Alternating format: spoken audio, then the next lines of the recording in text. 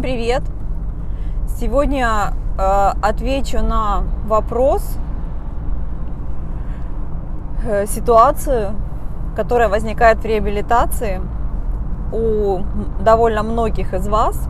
Это когда вы разрабатываете сустав, делаете реабилитацию, достигаете каких-то результатов, и в какой-то момент вы все упираетесь в потолок, все, дальше не получается, и на ваш взгляд, что бы вы ни делали, как бы вы ни бились, но никак не получается добиться лучших результатов.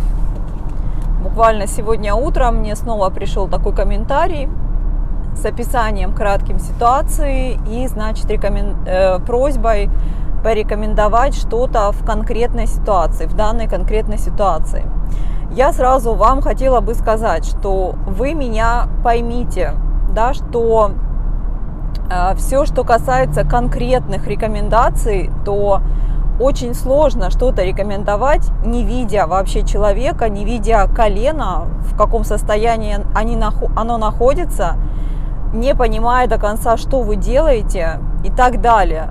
Поэтому, когда вы задаете мне такие вопросы, в основном я даю какие-то общие рекомендации, могу вас немного сориентировать, но конкретно это очень сложно дать конкретному человеку рекомендацию, вообще не видя его, потому что вот это рекомендации по комментариям, я прекрасно понимаю, что у меня в голове может сложиться одна ситуация, исходя из того, что я прочитала, но на самом деле ситуация может быть абсолютно другая или там смутно напоминающая то, что у меня в голове там сложилось как восприятие данной ситуации. Поэтому конкретно рекомендации сложно давать. Я вам вот говорю как есть, это сложно давать. Что касается общих рекомендаций в данной ситуации, я вам могу дать несколько рекомендаций, как бы что вы можете сделать, да, или как бы я вообще поступила в данной ситуации, вот если бы мне попался пациент, с которым вот я работаю, и в какой-то момент вот смотрю, что-то у нас как-то замедлился процесс, и, допустим, мы разрабатывали сгибание колена, добились с ним, допустим, 94 градуса сгибания колена, и как-то вот я прихожу 2-3 раза, а ситуация не меняется. Ну, примерно вот такая ситуация, как, в общем, у многих из вас, да, может быть. В этой ситуации я бы попыталась понять, причем сразу понять, как бы, что я делаю неправильно. И даже не то, что я делаю неправильно, а скорее, в чем может быть причина того, что то, что я делаю, оказывается неэффективным там, на протяжении нескольких недель. В чем могут быть причины? Какие причины я, как правило, ищу в первую очередь сразу? Это боль, то есть причина того, что мой пациент не может дальше согнуть колено, это боль. Если это боль, получается, мы воздействуем на симптом боли. Прикладывание льда каждые 2 часа на последующие там 3-4 дня, обезболивающее. Если обезболивающее неэффективно, значит поменять обезболивающее, посоветоваться с фармацевтом, да, с аптекарем, чтобы он дал более сильное обезболивающее. Вот, то есть причина боли. Следующая причина, я смотрю отекание колена. Потому что если сохраняется отек в колене, либо если в какой-то момент отекание увеличивается, как правило, оно иногда увеличивается, когда пациент начинает делать слишком много упражнений, слишком эффективно пытается делать упражнения, и мы наблюдаем такой обратный эффект, то есть начинается процесс воспаления, который, соответственно, если вовремя не задавить, при помощи прикладывания льда, корректировки упражнений, то он будет идти по нарастающей, и в какой-то момент наше колено становится резиновым, его сложно согнуть, разогнуть, и, в общем-то, приходится прикладывать кучу усилий для того, чтобы привести колено снова в нормальное состояние. Следующая причина может быть в самих упражнениях. То есть, смотрите, если мой пациент делает упражнения там на протяжении нескольких недель. У нас была какая-то динамика, да, все было хорошо. Потом я там заменяла, не заменяла упражнения, но в какой-то момент я, получается, прихожу и понимаю, что у нас динамики нет. Тогда нужно посмотреть сами упражнения. То есть в большинстве случаев, да это 100%, я вам скажу, что если я увижу, что у пациента остановилось сгибание, либо там держится на том же самом уровне, первое, что я сделаю, второе, что я сделаю, это пересмотрю все его упражнения, которые он делает дома. И, скорее всего, 2/3 из этих упражнений я заменю. По крайней мере, на неделю точно, чтобы посмотреть, какой будет эффект. Будет ли эффект улучшения с изменением упражнений.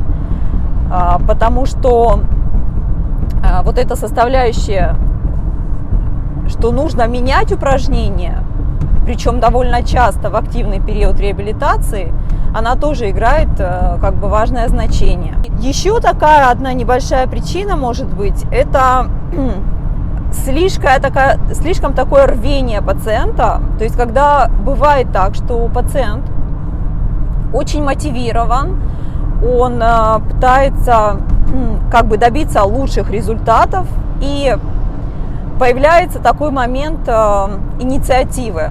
То есть он начинает делать больше упражнений, чем рекомендовано. Он начинает их делать чаще, чем, допустим, я рекомендовала. Обычно это, знаете, такие как довольно активные пациенты, которые ведут активный образ жизни, которые любят до этого занимались каким-то спортом. То есть они в период реабилитации очень часто начинают проявлять такую вот инициативу, активность, чтобы быстрее восстановиться, они начинают делать больше.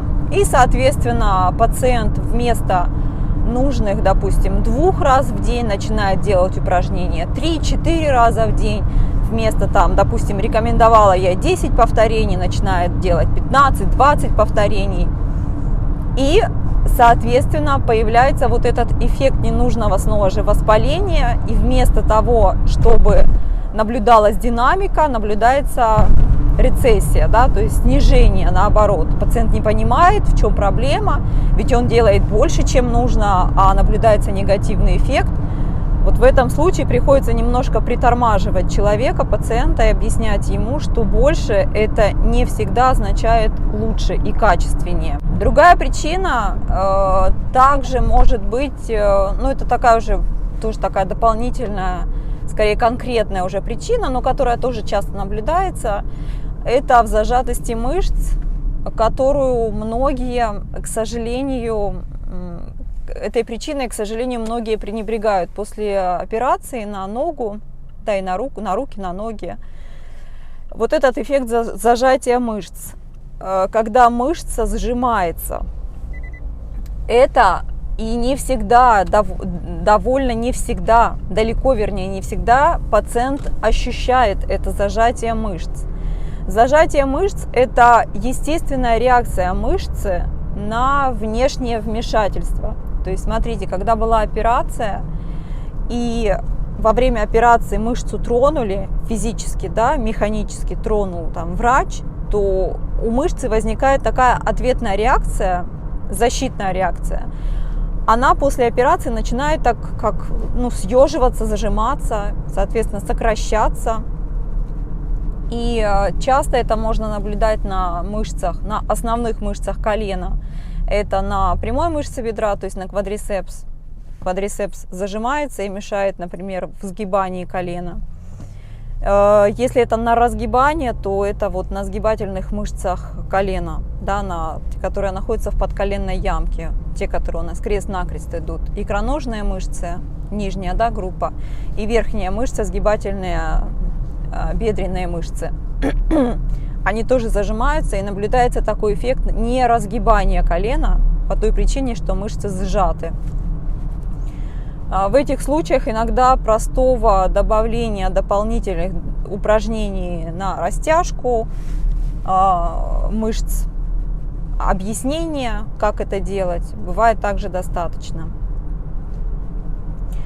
В общем-то, вот, наверное, вот в этом основные причины. Да, еще знаете, что хотела? Еще неплохо иногда спросить совет окружающих, посоветоваться с кем-нибудь, обсудить вашу ситуацию с кем-то из близких, не знаю, там, из знакомых. Вот, допустим, спросить мнение другого человека. Вот сказать, знаешь, я вот делаю то-то, то-то, но что-то как-то у меня дело не идет. Вот как ты думаешь, почему? Вы знаете, удивительно, насколько иногда, вот я тоже часто обсуждаю какие-то ситуации, допустим, со своим супругом, с Михаилом, и удивительно, насколько иногда могут прийти такие свежие с его стороны идеи, которые мне, допустим, в голову вообще не приходили. То есть обсуждайте свою ситуацию и спрашивайте совета, мнения других людей. Вот такие небольшие советы, такие, опять же, общие советы. Надеюсь, какие-то из них вам покажутся интересными, полезными. Хорошего вам дня, всем до следующих видео и всем пока!